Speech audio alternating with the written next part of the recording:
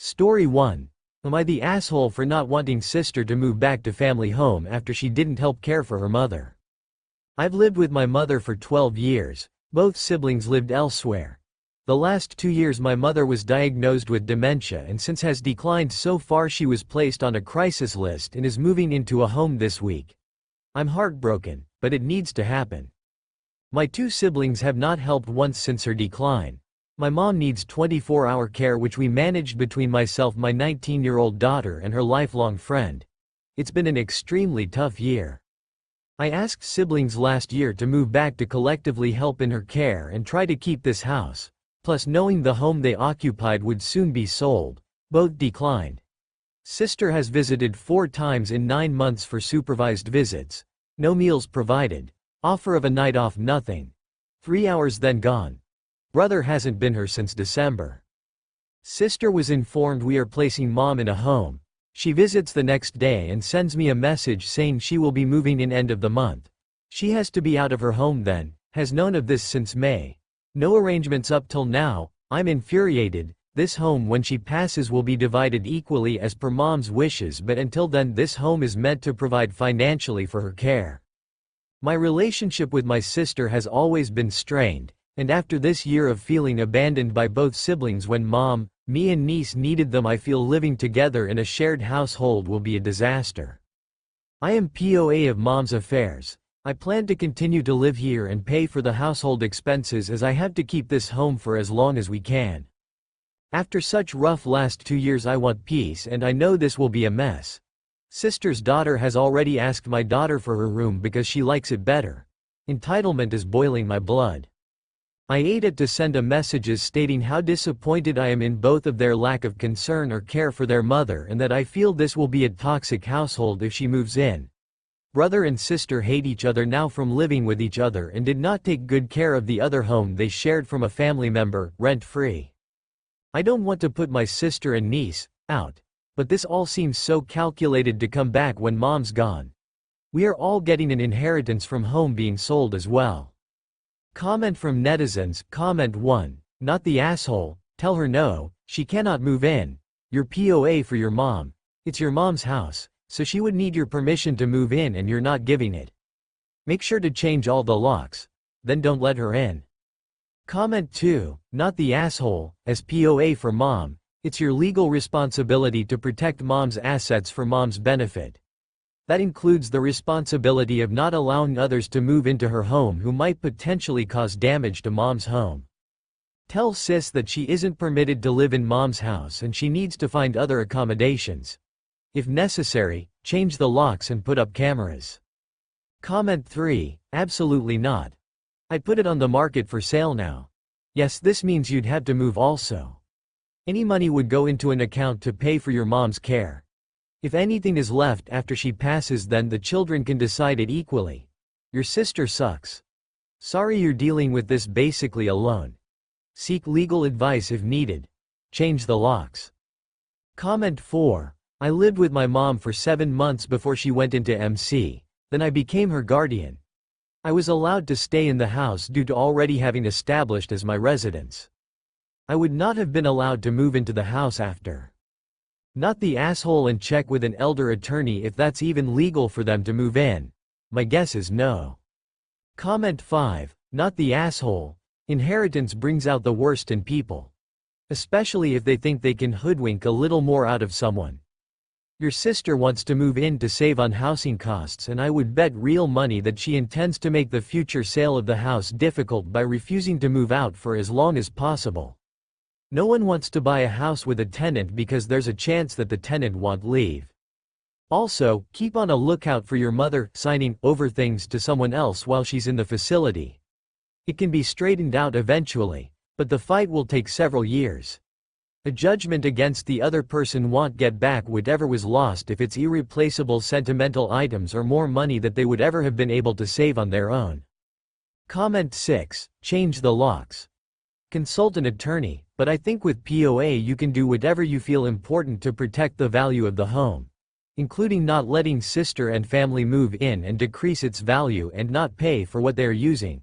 Not the asshole. AITAH.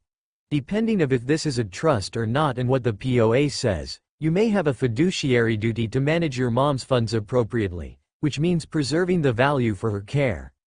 Allowing rent-free situations, or allowing people to move and ruin the home means that you are failing in that duty, and that duty is a legal duty. Story 2. Am I the asshole for refusing to be a bridesmaid after being kicked out of the wedding party? I have been best friends with this girl for about 10 years, and we have stayed in touch after leaving the military. The last 2 years have been extremely hectic for me.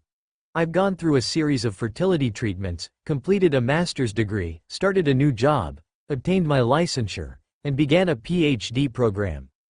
My husband also started a new job, and we moved 3 times in 1 year across 3 different states. Life has been anything but calm. When we finally settled in our current state and bought a house, I was in the thick of dealing with underwriters scrutinizing our finances, making sure we weren't making any unnecessary purchases. Around this time, my best friend's maid of honor, MOH, reached out, asking me to front a significant amount of money for a bachelorette party happening the following year, which needed to be booked in advance.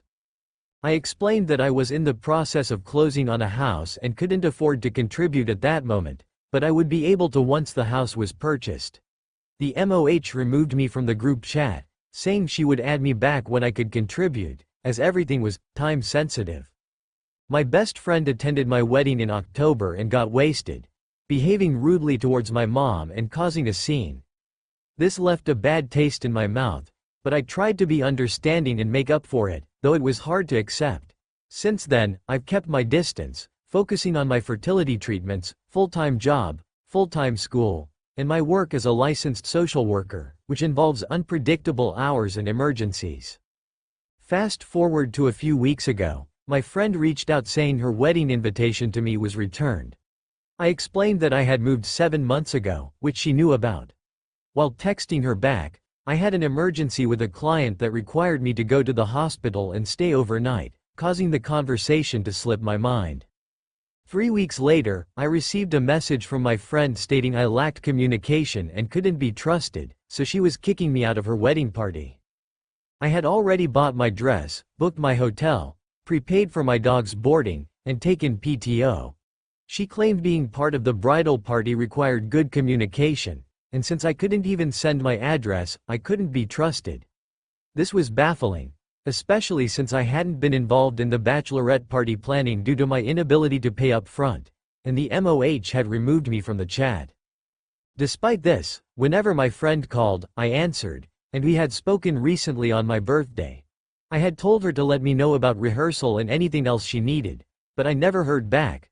Her accusation felt like an excuse to replace me, which was frustrating after all the money and effort I had already invested. Last week, she reached out and apologized, admitting it was a stupid reason to kick me out and that she didn't want to lose our friendship. She invited me to still be in the wedding and wear my dress. However, I declined, not wanting to feel uncomfortable around the bridal party who now had a negative impression of me. I also suspected she only reached out because her replacement for me had fallen through. Now, she's calling me a horrible friend and an asshole for refusing. Am I the asshole for not wanting to be part of her wedding after everything that happened? To give more answers to the people being rude, I have been there for this friend for the last 10 years. I have been nothing but supportive. I have driven out of my way to see her. She just hasn't reciprocated the same for our friendship. I have been in constant communication with her over the last few years, talking about the wedding, talking about everything. I went with her to go try on dresses. I have been a pretty big part of her experience. She was just having a meltdown a few weeks after sending out invitations and getting a shit ton returned that she just took it out on me, which she admitted to later when she called and apologized. Nowhere in my threads have I gone months or weeks without responding to her. She was very understanding that I didn't want to Sheila all the money up front because I was literally buying a house and going through fertility treatments. I mean, it gets expensive. I contribute money and other places to help her pay for getting everybody's hair done and doing things like that later on because I gave a shit about her and she was one of my best friends. She just again had the meltdown because I didn't respond to one text message. In fact, when she brought it up, We laughed about it via text message that I moved so long ago and she doesn't have my new address yet. She told me to send the new address when I was going through all the stuff with work and I simply forgot to reply to it. So many other things happened after she texted me that I didn't even think twice to go back to it, so I don't think I am the asshole. Life happens. We have our conversations and communicate regularly. I just happened to have my communication error during her wedding stress, and that's honestly not my fault. Comment from netizens. Comment 1. One of the best things my wife and I did for our wedding was to have no bridal party. Just us. No stupid dresses, no overly expensive rehearsal dinners, and no drama. Seriously, why do people even go through all of this? Maybe AMOH if you need some help, but the whole bridal party thing has gotten out of control. This should be about the couple getting married and not drama-filled events that they usually end up being. Replay from OP. Yeah, it's been frustrating. I got married with just my folks and my husband's folks on a mountain and had a small reception. To bridal party or bachelorette party. It's just too much. There's so much expected of you. When really nothing is at the same time? I don't know, the MOH handles everything and plans everything. I just was supposed to show up to rehearsal and the wedding and shell out $5,000 from just me for a bachelorette party. It was just unreasonable. Comment 2. Not the asshole. No need to attend. I question whether this person is your best friend, as whilst you have a lot going on in your life, the overall impression I get is that you are passive and use that to explain yourself. If she was truly a best friend, I believe you would have been much more proactive. Just a thought.